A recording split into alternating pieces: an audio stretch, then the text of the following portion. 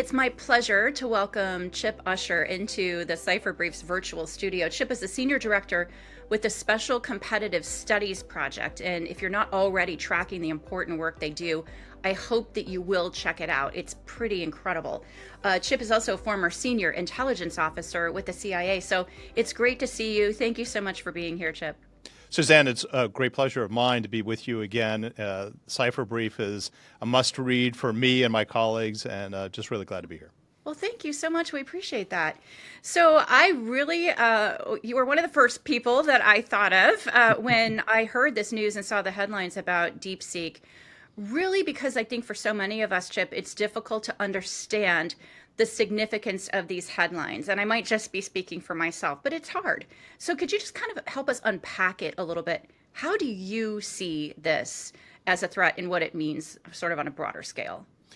Happy to. And it is confusing because there are claims and counterclaims as to what DeepSeek actually did and its significance. So let me see if I can kind of walk through it in layman's terms so that we can all kind of talk about it in a similar way. What occurred, really going back to around Christmas time, is this Chinese AI lab called DeepSeek revealed and published papers about three models that it had created. The first was called V3, and the most recent one is called R1. And the significance is that in the case of R1, which is the latest one that they released earlier this month, its performance is comparable to OpenAI's most recent model, O1. These version names often sound similar and they kind of come fast and furious because they keep releasing new versions of them. But the DeepSeek model is comparable in performance to OpenAI's, and it exceeds the performance of Llama, which is another US company, Meta's AI model. And that in and of itself is significant. But on top of that, it's how they went about it.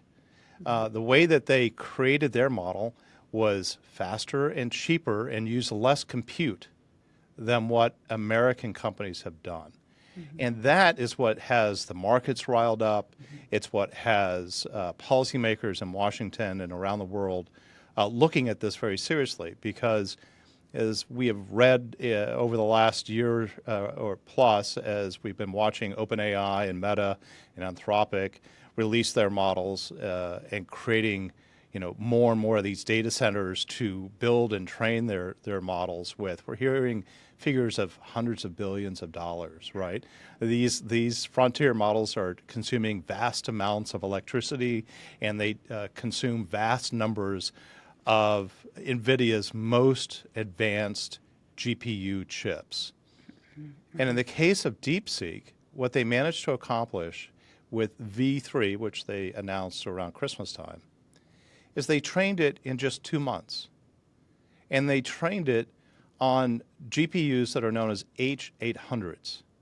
These are NVIDIA chips that were exported legally to China in the wake of the October 2022 export ban announced by the Biden administration. That ban really targeted what are the most advanced chips that NVIDIA makes, the H100s, but it didn't preclude the sale of H800s.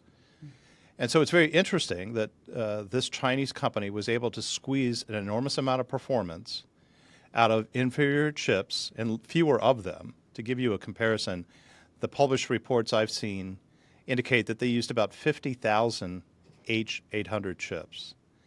The more recent OpenAI efforts, they're talking about 500,000 H100 chips, right? So a vast difference in compute power. Wow. So they were able to do this in significantly less time because they put together some techniques that AI labs have been developing and are using, but in some novel and unique ways. And so how they do it was sort of interesting. The first thing that they did is they used a technique called mixture of experts, MOE. And what does that mean? Let me see if I can explain it in terms that a layman can understand. Yeah. Think about a company like General Electric. General Electric makes all sorts of things: dishwashers, aircraft engines, radars, right? So if you're an outsider going to GE and you knock on the door and the receptionist greets you, Imagine if every time there was a query, whether it's I need to buy a jet engine or I need to sell you paper clips, that decision went through the entire GE infrastructure before an answer was delivered. That's sort of roughly analogous way as to how OpenAI and some of our closed model systems operate, kind of brute computing power. This other technique, which is not unknown to American companies, but what DeepSeek really seems to have perfected here, is called mixture of experts. So when you walk into that reception room at GE and you say, I want to buy a jet engine, it immediately directs you to that expert, the expert that's going to deliver you the jet engine that you require. And again, our companies have been developing techniques to do this, but it seems that DeepSeek kind of really refined that process. It speeds up the response and it reduces the amount of compute and energy that's required to deliver an answer. Yeah. That's one method that they used. The other is it's called reinforcement learning. And again, your typical AI model that we are kind of used to playing with, the ChatGPT in o1 and Sonnet 3.5. They are trained using reinforcement learning, but it's sort of akin to how you would train your pet dog, right? You ask it to do a trick. When it performs that trick, you give it a reward.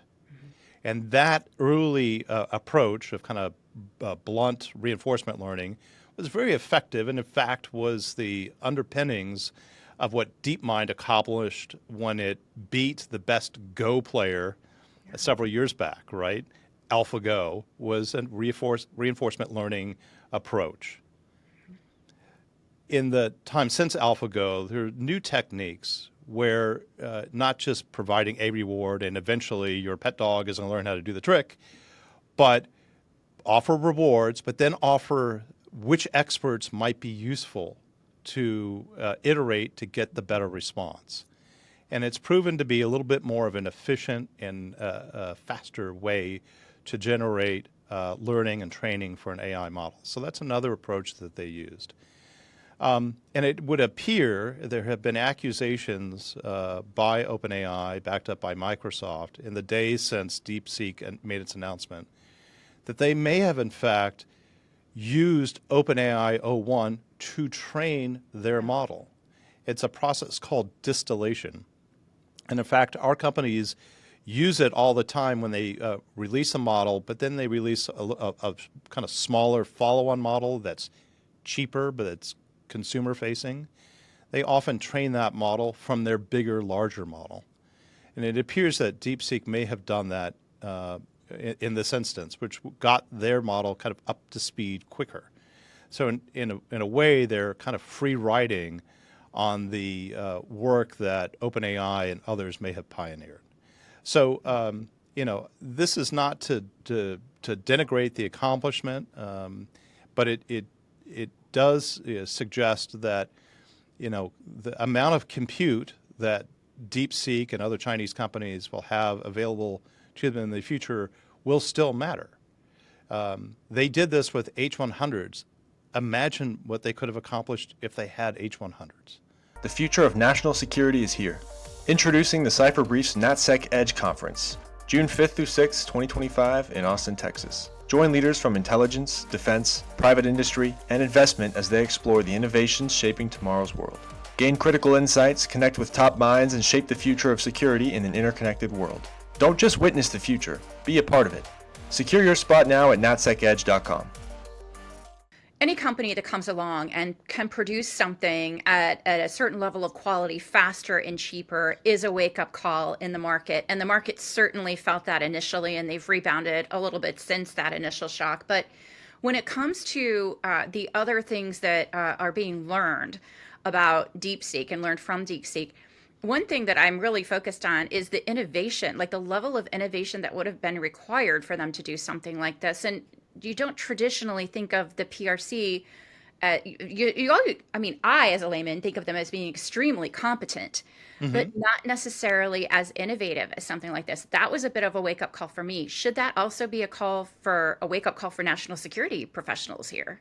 Absolutely. And that, in fact, is sort of the main thesis of my organization, the Special Competitive Studies Project, that we have entered a period of intensified innovation competition, primarily between the United States and the People's Republic of China, but not those two actors alone. But this is emblematic of the sort of thing that we're going to face more and more frequently in the years ahead.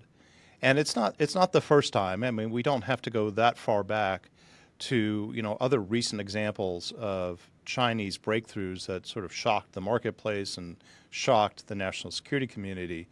Think back to 2023 when Huawei released their Mate 60 Pro smartphone, just timed perfectly when our Commerce Secretary was paying a visit to Beijing. And the performance of that smartphone was remarkably good, though it has since proven not to be as good as our best smartphones. But it certainly was a strong showing, and it shocked people. And DeepSeek is similar. I think the upshot is it shows how quickly China can close the gap if a gap exists. And that ought to be concerning to the United States, not just for commercial and competitive reasons, but also for national security reasons. So what does this mean, do you think, Chip, to the intelligence community in particular?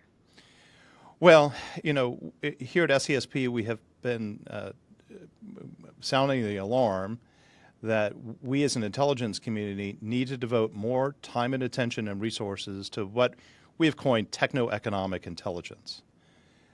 Nothing especially new to the IC. It's been done for years, but it needs more attention and more resources so that policymakers down the line are not caught by surprise by events like this.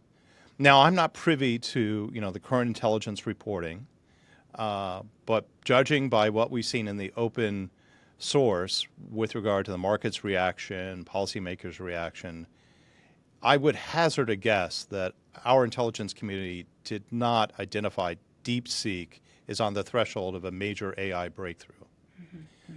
Where we would like to see the IC land here in the not too distant is to do exactly that sort of thing.